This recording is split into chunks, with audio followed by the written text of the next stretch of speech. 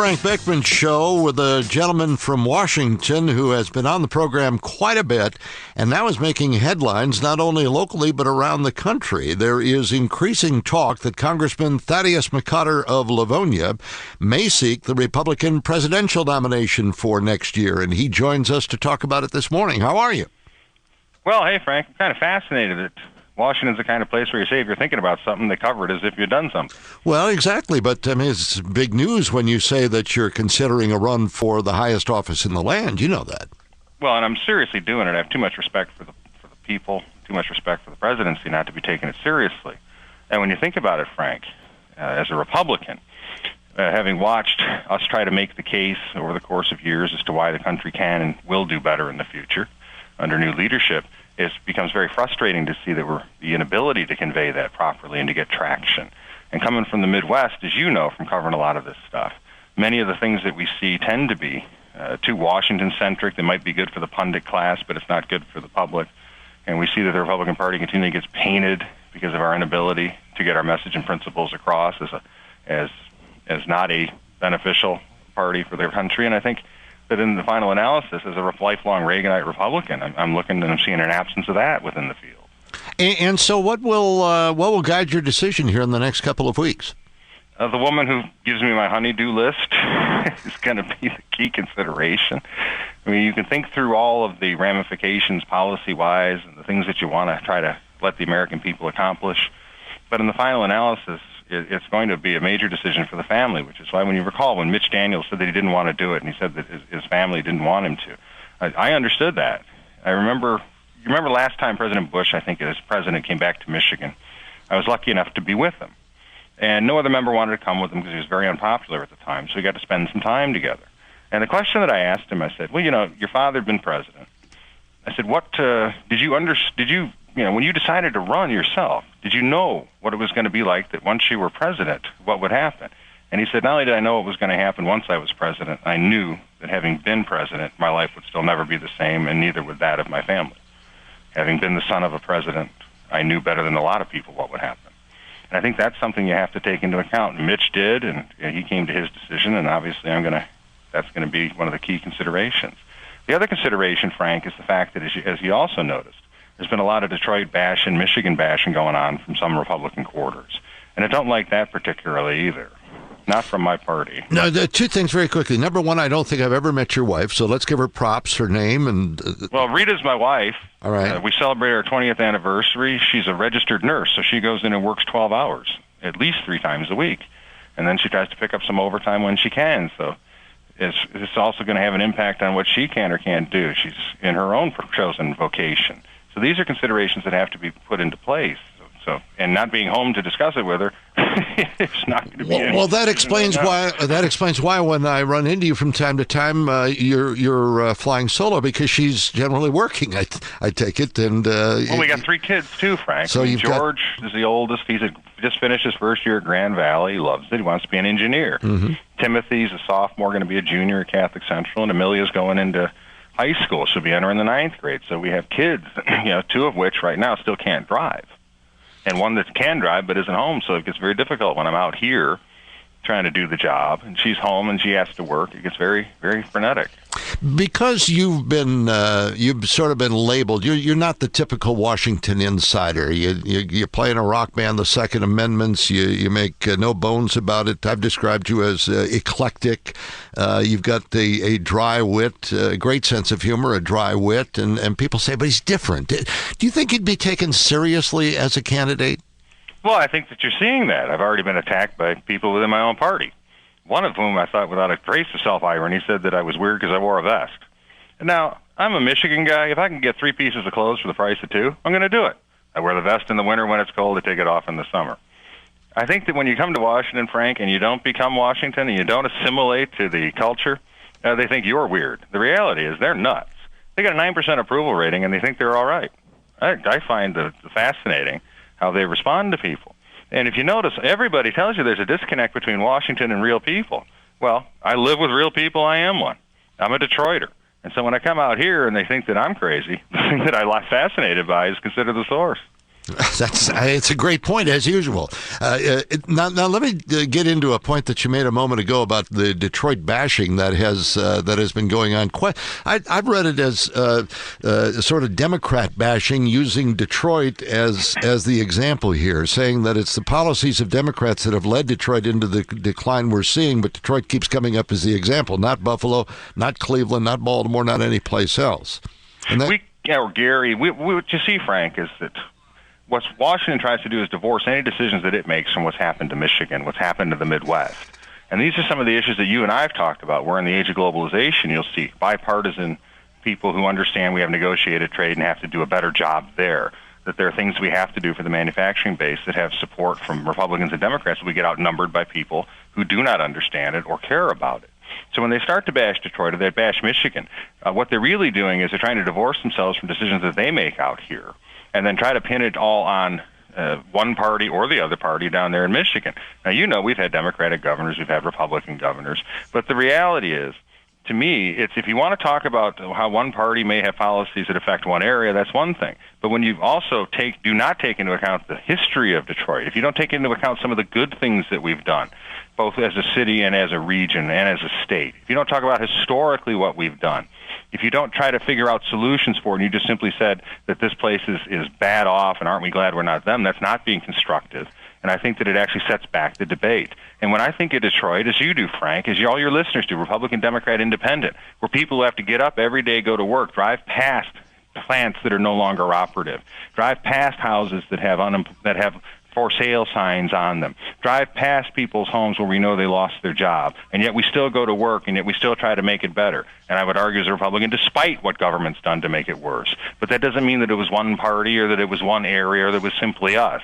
There's a whole lot of blame to go around. We got to get past that and start to find solutions and work together. Well, meantime, yesterday was a big day here in Detroit when Chrysler announced that it was repaying its debt, the loans that were given to it by the government, loans that began under the Bush administration when he took money out of the TARP program. Democrats in Congress at that time, if you read President Bush's book, Decision Points, Democrats in Congress at the time wanted to link any loans to the auto industry with tougher fuel economy standards and the like, and the president would have none of that, so he went into the TARP funds to begin the loans to the auto industry. But immediately after Chrysler made the announcement yesterday, former Governor Granholm, UAW President Bob King were on a conference call already politicizing the point about how presidential candidates such as Mitt Romney, Newt Gingrich, and Tim Pawlenty had opposed the bailouts. I'd like to get your reaction to all of this because you were in the midst of trying to get these bridge loans, as you call them, for the autos.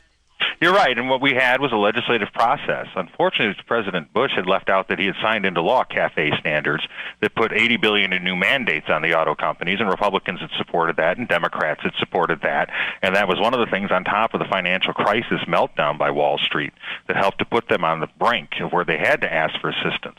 Now, as you remember, the first bill that came through the House and that we all voted on was to let them use existing loans that were supposed to go to offset some of the mandate that was placed upon them, that would have to be repaid with interest instead to be used for operation to restructure and get ready for the future. Well, that was frustrated by Green on the left side and by libertarians on the right side, and that didn't get passed in the Senate, despite a bipartisan support out of the Michigan delegation in the Senate and the House. So what they then saw was President Bush had to divert money that was targeted to Wall Street and already appropriated under the Wall Street bailout away from Wall Street and down to help the auto companies, and we're repaying them, and we're repaying them by keeping people employed. We're repaying them by keeping people producing cars in the United States. We're not repaying our loans from the taxpayers the way that the banks are on Wall Street, with Bernanke running a zero discount rate so the big banks can buy up the government debentures and bonds and make money for doing nothing and recapitalize. So when you look at what happened in the history of that, for the Democrats to try to say that it was simply them really is a reflection on them. They didn't learn the lesson of when we work together, we can actually get some things done. And I think that in the future that actually shows you how difficult and how unfortunate that their current economic policies have been.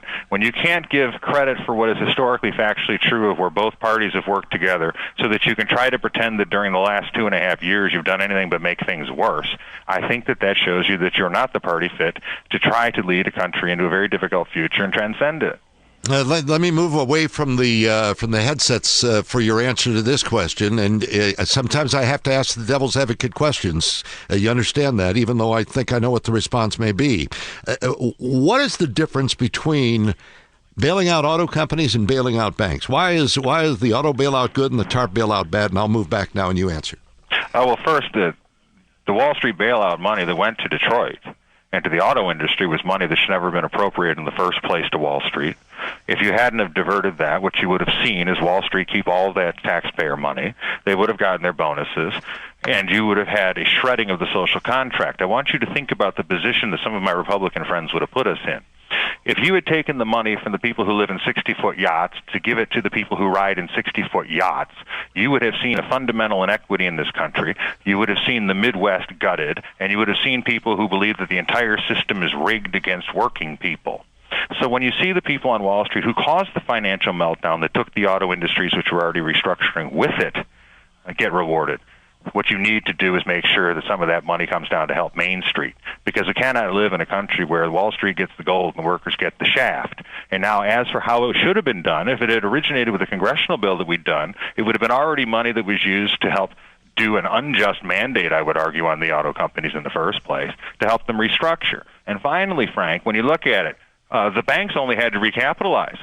Look at the restructuring that went on in the auto industry for 1/10 of the support to get them into the future. That's why the auto companies are doing well right now in a very difficult time. That's why they're poised to continue to keep people employed in American manufacturing, producing into the future, because the difficult decisions that had to occur to survive.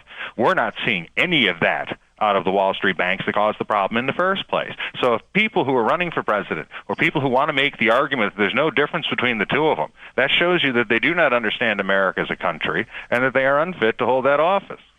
All right, a couple of final notes here, if I may, before we let you go.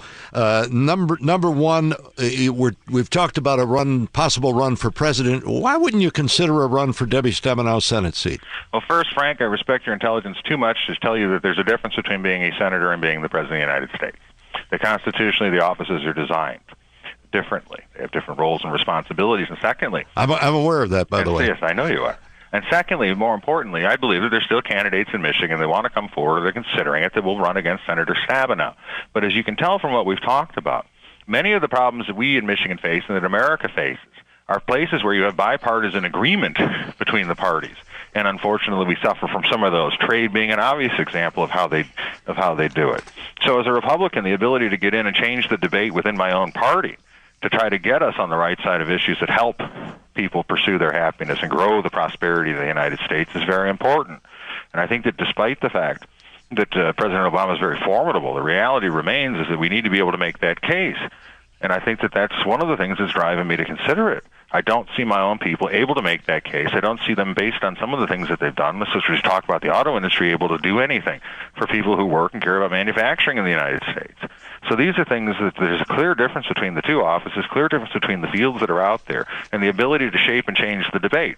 Whether it's Senator Stabenow or it would have been a Senator Dave Camp, I mean, we all would have supported the auto industry. We all would have understood the trouble with American manufacturing. Might have had differences on how to go about doing it in certain policy areas. But the abject need to have a manufacturing base in the United States is not something that a senator from Michigan is going to argue. But unfortunately, we continue to see the neglect of the manufacturing base, the neglect of good-paying, middle-class jobs that stem from it from both parties. And I think that that's what we're talking about here, is the ability to start changing that, to start moving towards a country that remembers we have to produce and remembers the people who actually do the production, and not think that we can simply be office space or a mall for the rest of the world in a consumptive economy. America needs to have a growing economy. We need to manufacture. We need the ability of the American people to pursue and promote their own prosperity, and we're not able to do it under the paradigm that we're seeing right now. It's always great to talk with you. Thanks for the time this morning, and when you make that final decision, we'll look forward to chatting again. Thanks, Frank. But it sounds like you're running, for heaven's sake. Again, if my wife listens to your show. Well, we thank Rita. Decision. We thank Rita for that, Mr. President. You're going to get me in so much.